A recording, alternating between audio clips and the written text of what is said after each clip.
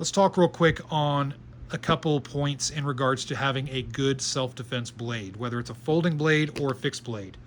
If you have a folding blade and that's what you want for self-defense, make sure it has a good, robust locking system, much like this SR1 Lite from Cold Steel.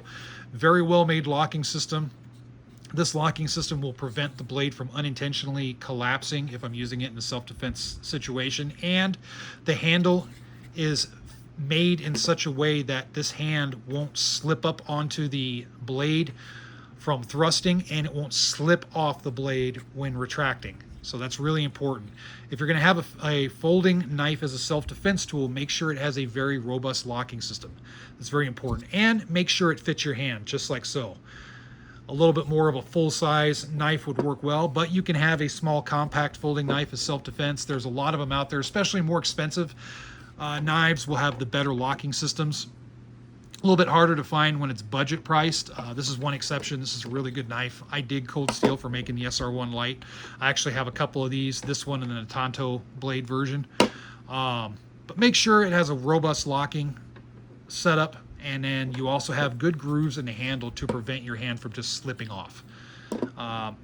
That's really important for a folder. Now for a fixed blade, you want to keep the design simple. You want to have a good sheath that has good retainability, but it's still easy to pop off. This is a Cold Steel mini leather neck right here. Very small blade, but you can see the blade profile is a very nice double-edged, kind of a dagger-esque type profile. Very well made, very, very good for self-defense. For slashing and stabbing, works really well. It has a rubberized handle. So you can see even with the small profile, it fits my hand well. The blade profile does matter a lot. This blade profile works good for self-defense, but this works better. So it does matter. The grip, you want to make sure it is a non-slip, just like this is a rubberized non-slip, and then this has textures in it. You want to make sure you don't have a slippery type grip. If you do have a very slippery grip, then you want to try and leave that. Maybe you can use some goon tape or hockey tape or something if you don't have access to another blade to help out a little bit with that, but that's extremely important. You want to make sure, again, to stress on the fixed blade along with a good blade profile, you want to make sure the sheath has a really good retention.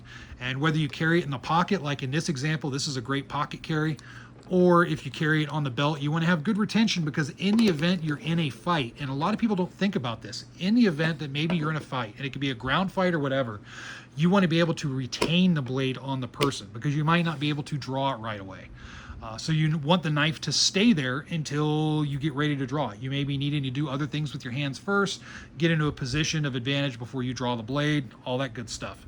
Now for this knife, the retention, you can see the clip on here is a very robust clip, very well made. This gives a little bit of added retention. Some folding knives out there, especially the budget priced ones, the pocket clips leave something to, a little bit to be desired. They're not made that well. They're a little bit loose and it doesn't hold on to the pocket really well. This could be carried inside the pocket, but I know a lot of people like to carry it clipped inside the pocket, but clipped to the edge of the pocket. So that way the knife is always in one spot, and that's smart. Just make sure you have a good pocket clip. So just a couple points on fixed blade and folders in regards to self-defense blades. I like to take the simple approach. I don't want to overcomplicate things, and I think this is just something good to think about if you're really thinking about using a blade for any type of self-defense application. So with that said, I'd like for you guys to leave in the comment section what you guys think is a good tip when it comes to picking out a self-defense blade.